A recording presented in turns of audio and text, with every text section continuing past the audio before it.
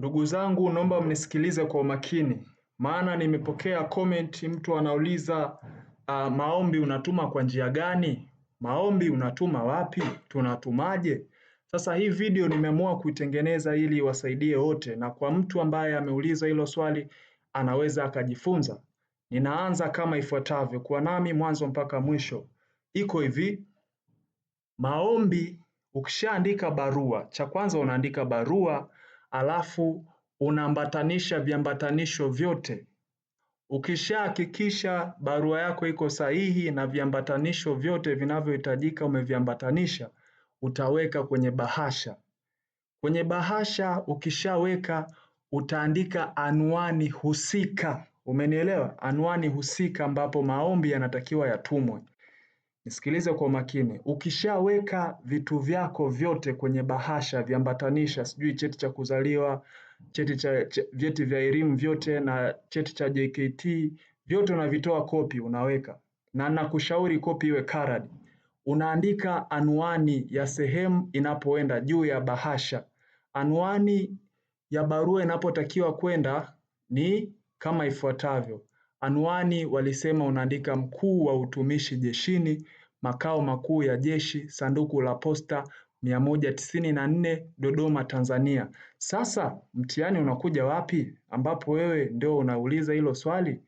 Mtihani uko hivi, ukishamaliza kuandika, umenielewa? Umeshamaliza kuandika hadi sanduku la posta, sehemu barua inapotakiwa kwenda ushaandika. Unaenda eneo lililo karibu na wewe la posta. Barua inatakiwa itume posta. Nenda eneo lililo karibu na wewe ambapo ni posta ya sehemu yako. Mfano huko Morogoro kuna posta kuu iko pale. Nenda posta kuu ya Morogoro. Ukishafika posta, waambie nimekuja kutuma barua. Wenyewe wanajua nini cha kufanya. Ukishawapatia ile barua, wataipeleka moja kwa moja Dodoma, itasafirishwa. Umenielewa? Kwa maana hiyo sio kwamba unaipeleka wewe, wewe unapeleka posta iliyo karibu na wewe. Sasa cha kukushauri, kuna njia mbili ukishafika posta za kutuma barua yako. Kuna njia ya EMS na njia ya kawaida. Kwa hiyo wewe ukitaka waitume ile barua kwa njia ya kawaida, watakubandikia stempu, na stempu inagharimu kama ni 500, watakubandikia stempu. Ukitaka uitume hiyo barua yako kwa njia ya EMS, ni pale pale posta, utagharamikia shilingi 15,000 tu, alafu barua yako wataituma kwa njia ya EMS. Njia hizi mbili zina utofauti.